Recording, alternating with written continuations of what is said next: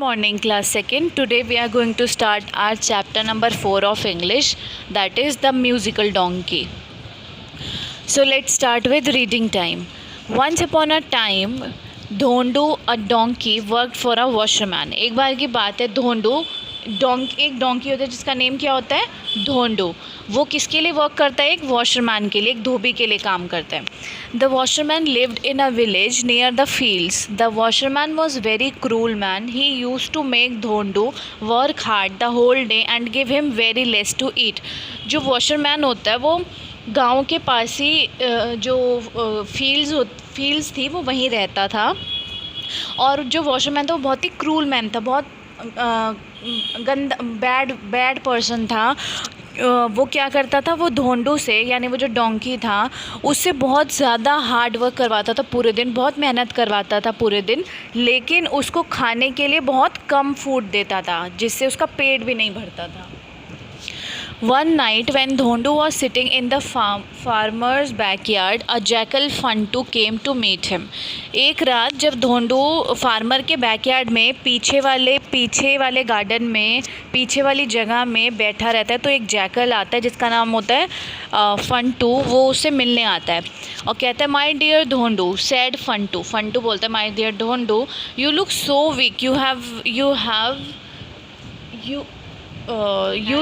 you look so weak. Have you not been keeping well? Dhondu had tears in his eyes. He told Fantu the whole story. I have not eaten a hearty meal since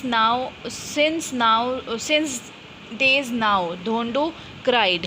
वो उसे वो जो फंटू होता है वो पूछता है उससे कि जो धोंडू तुम बहुत कमज़ोर लग रहे हो, क्या तुम्हारी तबीयत ठीक नहीं है.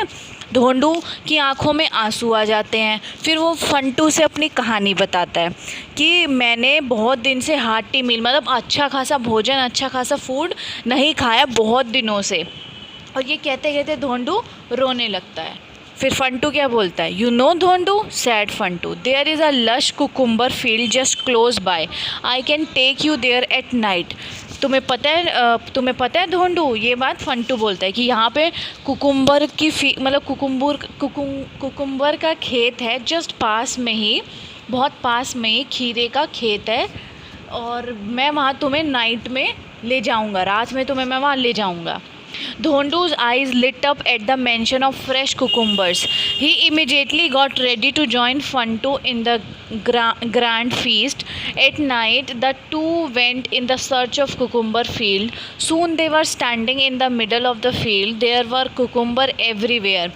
धोंडू की आंखों में एकदम लाइट बिल्कुल चकमका जाती हैं कि वो उसके दिमाग में क्या आने लगता है, उसकी आंखों के सामने वो फ्रेश कुकुम्बर आने लगते हैं कि वो इमेजिन करने लगता है कि बहुत ज़्यादा फ्रेश कुकुम्बर हैं, जूसी एकदम उसके सामने. वो तुरंत से रेडी हो जाता है, तुरंत फंटू की ग्रैंड फीस्ट में. अब उनके लिए तो पार्टी हो गई भाई बहुत बड़ी, तो उस फीस्ट को ज्वाइन करने के लिए वो रेडी हो जाता है धोंडू, क्योंकि उसको बहुत दिनों से अच्छे से खाना नहीं मिला होता है.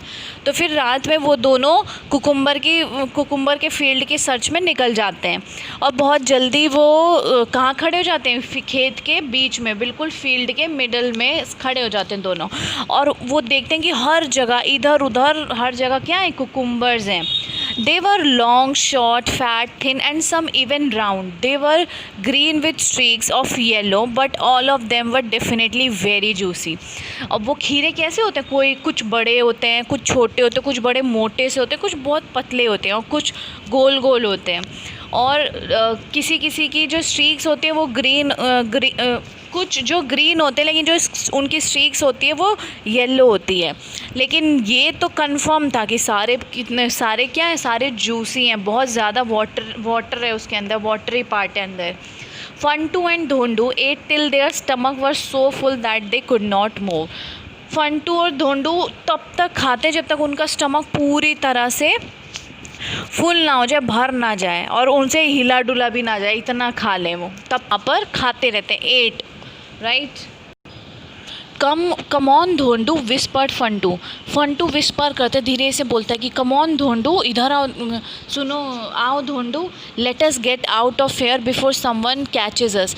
यहाँ से चलते हैं जल्दी, इससे पहले कोई हमें यहाँ पर पकड़ ले। Dhondu was so happy with the meal that he did not feel like living the field.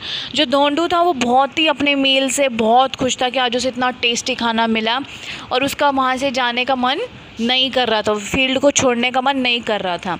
I am so happy my friend, I want to sing a song, said Dhondu. मैं इतना खुश हूँ मेरे दोस्त कि मैं एक गाना गाना चाहता हूँ, धोंडू बोलता है। You have gone crazy, donkey. Funtu was shocked. Any noise would awaken the farmers and they will be here any minute. तुम पागल हो गए हो डोंकी, तुम पागल हो गए हो गधे, फंटू बोलता है। फंटू शॉक्ड हो जाता है और कहता है कि अगर किसी भी तरह की आवाज़ से अगर जो फार्मर्स हैं, जो किसान हैं, अगर वो जग गए ना, और तो वो किसी भी मतलब कभी भी यहाँ पर पहुँच जाएंगे। But Dhondu refuse to leave, I will sing tonight. But Dhondu refuse कर देता है, मतलब धोंडू कहता है नहीं, मैं नहीं यहाँ से जाऊँगा, मैं तो गाना ही गाऊँगा आज रात को। And he began to sing aloud. Funtoo knew that the noise would wake up the villagers, so he quickly ran away to save his life. अब धोंडू क्या करता है, गाना गाना स्टार्ट करता है, वो बहुत ज़ोर से। फंटू को पता होता है कि अब इस आवाज़ से विलेजर्स तो पक्का ही जग जाएंगे, तो वो फटाफट क्या करता है, वो वहाँ से भाग जाता है अपनी जान बचाने के लिए। Hearing the donkey's loud braying, farmers from the village got alarm. They held their cane sticks and ran towards the field. They beat the donkey till he could not speak a word. अब donkey जब इतना ज़ोर से गाना गाता है तो सारे फार्मर्स जो होते हैं गांव के, उन सबको उनको एक अलार्म मिल जाता है, एक आवाज़ मिल जाती है, जिसकी वजह से वो सारे जग जाते हैं। अब वो अपनी छड़ी उठा के लाते हैं, सारे डंडा उठा के लाते हैं और फील्ड की तरफ आ जाते हैं। और जब वो डोंकी को पकड़ लेते हैं और उसको तब तक मारते हैं जब तक उसके मुंह से एक शब्द ना निकले। तो देखा आपने कि किस तरह उसने अपना फीस्ट भी इंजॉय किया और उसके बदले में उसने मार भी खा ली।